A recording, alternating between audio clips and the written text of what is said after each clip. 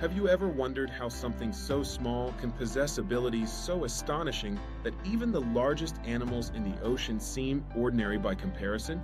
Today, we're exploring tiny ocean creatures with real abilities so surprising, so powerful, so beyond what you'd expect, that you might think they belong in a comic book. But they're real. They live beneath the waves, and they reveal wonders of God's handiwork that even the giants of the sea cannot match.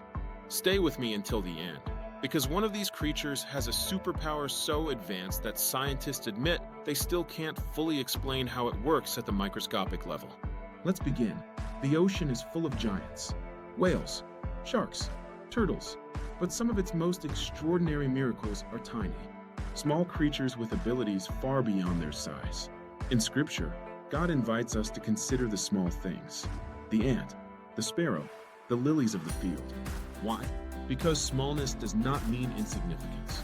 And in the ocean, the smallest creatures often display the most astonishing design. Their abilities are not random.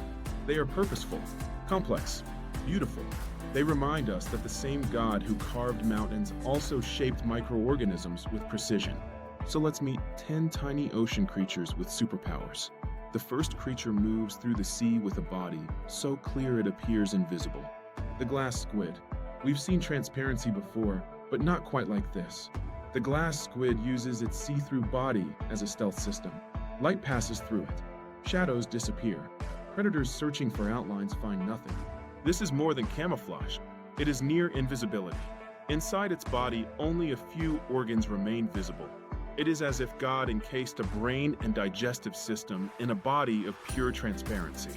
But its superpower is not just disappearing. Some species of glass squid use glowing organs to match the brightness of the water above them. They erase even the faintest shadow.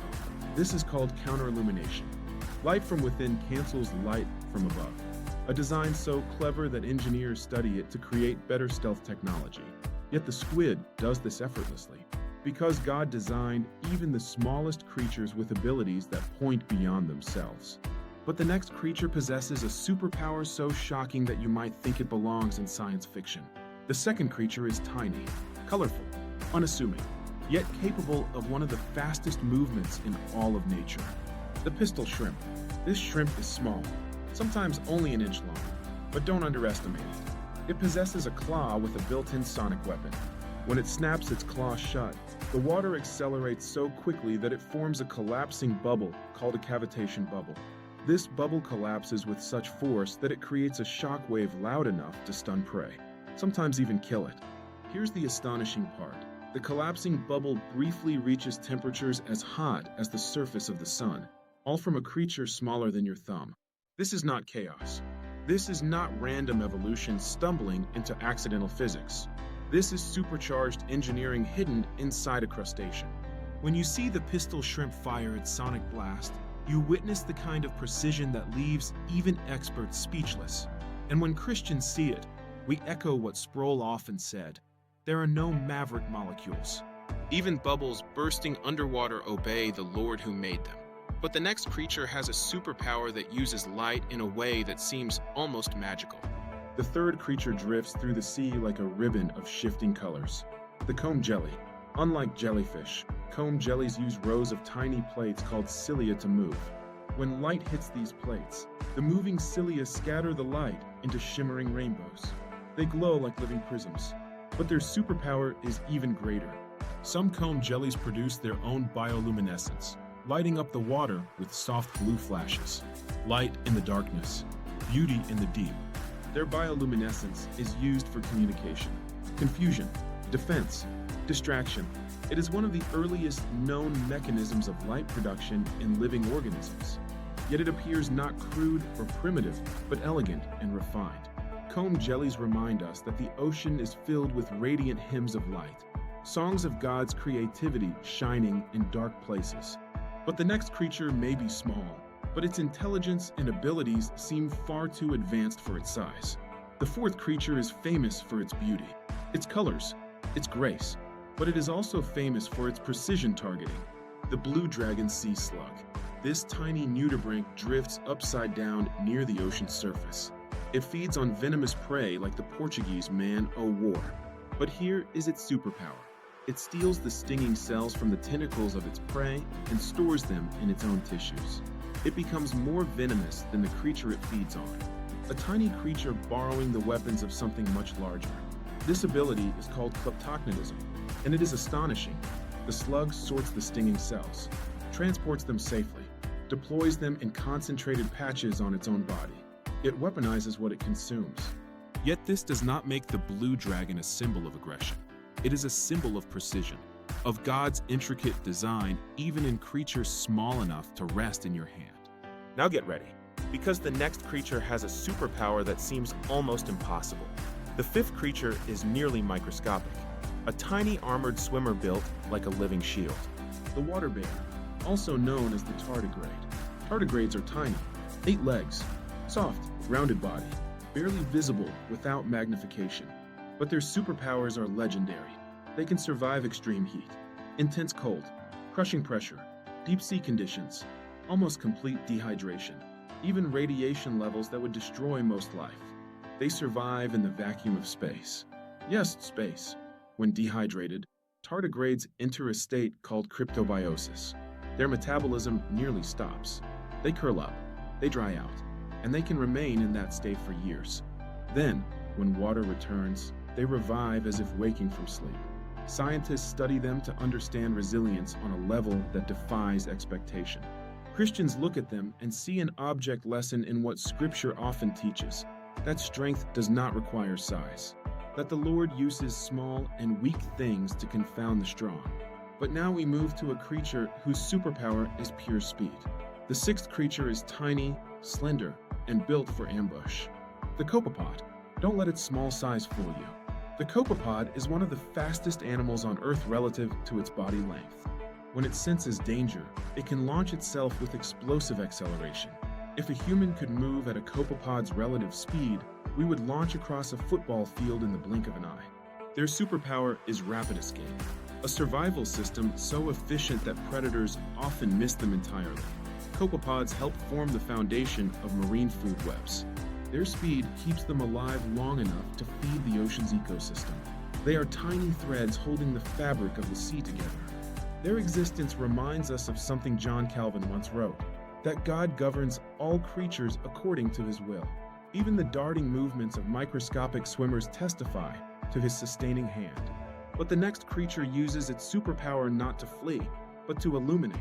The seventh creature is sometimes called the firefly of the sea, the ostracod. Ostracods are tiny crustaceans with a remarkable ability. They produce bright bioluminescent flashes when disturbed. Some species use bioluminescence as a defense mechanism. If a fish swallows one, the ostracod lights up inside the fish's mouth, causing the fish to spit it out. A tiny creature with a built-in spotlight that protects it from being eaten. Other ostracods use their glowing trails in elaborate mating displays, a kind of underwater fireworks so beautiful that divers describe them as liquid stars.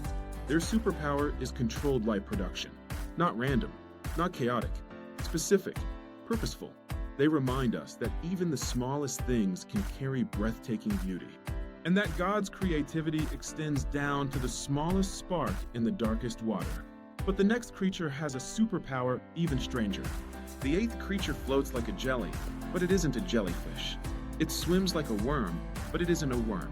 It appears delicate, but it performs one of the most dramatic escapes in the ocean. The sea butterfly. Sea butterflies are tiny swimming snails. They have delicate, wing-like appendages that flap gracefully as they move. But their superpower is a defensive slime net. When threatened, some species produce a sticky mucus web that entangles predators. This web can be several times larger than the animal itself. A creature smaller than a fingernail deploying a net bigger than its own body. It is a brilliant escape system. Delicate, yes, but not defenseless. A reminder that God equips even the smallest creatures with what they need to survive. But the next creature possesses a different superpower, one rooted in engineering skill. The ninth creature builds its own home with materials from sand. The caddisflea larva. Though usually associated with freshwater, some species live in marine settings. Their superpower is architectural genius. The larvae gather grains of sand, shell fragments, and tiny pebbles. Then they glue them together with silk produced from their bodies. They create moving armor. Each home is unique, beautiful, functional. A tiny creature building elaborate structures designed for survival. These masterpieces remind us that God's creatures, even the smallest ones, do not live by accident. They live with purpose. Their designs often exceed human expectations. But the final creature holds perhaps the most mysterious superpower of all. The 10th creature is one of the most dazzling organisms in the ocean. A tiny plankton with the ability to turn waves into glowing blue ribbons. The dinoflagellate. Dinoflagellates produce bioluminescence when disturbed, a chemical reaction that creates bursts of radiant blue light. When millions gather near the shore, every wave that crashes glows with living light. Every footprint on wet sand sparkles. Every splash shines. It is one of the most enchanting sights in the natural world. And the superpower behind all this light comes from tiny organisms smaller than grains of dust. Their bioluminescence is so complex that scientists still work to fully understand the molecular systems behind it. Yet these tiny lights serve purposes: defense, communication, coordination. Each glowing spark a small reminder of the God who said, "Let there be light." And even now, in the darkest corners of the sea, light obeys his command. Step back now. Look at the pattern. Glass squid with invisibility, pistol shrimp with sonic blasts, comb jellies with radiant light, blue dragon slugs with stolen weapons, tardigrades with unmatched resilience, copepods with explosive speed, ostracods with glowing defenses, sea butterflies with mucus nets, caddisflea larvae with tiny architecture, dinoflagellates with living light. Small creatures, superpowered design, abilities that challenge our imagination. And each one tells a story, not of randomness, not of purposeless chance, but of careful craftsmanship. The God who made Leviathan also made dinoflagellates. The God who governs galaxies also designed copepods. The God who sustains the universe also sustains tardigrades. In the Reformed tradition, the doctrine of providence teaches that God upholds all things. He governs every creature, not abstractly, not from a distance, but personally, continually, wisely. Even the tiniest creatures with the strangest abilities are part of his purpose. And when we marvel at their superpowers, we marvel at him. Every flash of blue light, every sonic snap, every invisible body, every miraculous survival, all point back to the one whose creativity is infinite. So the next time you see glowing waves or read about tiny animals with unbelievable abilities, remember this: nothing in creation is too small for God to fill with wonder. Stay curious, stay amazed, and never forget that the smallest creatures often reveal the greatest glimpses of the God who made them.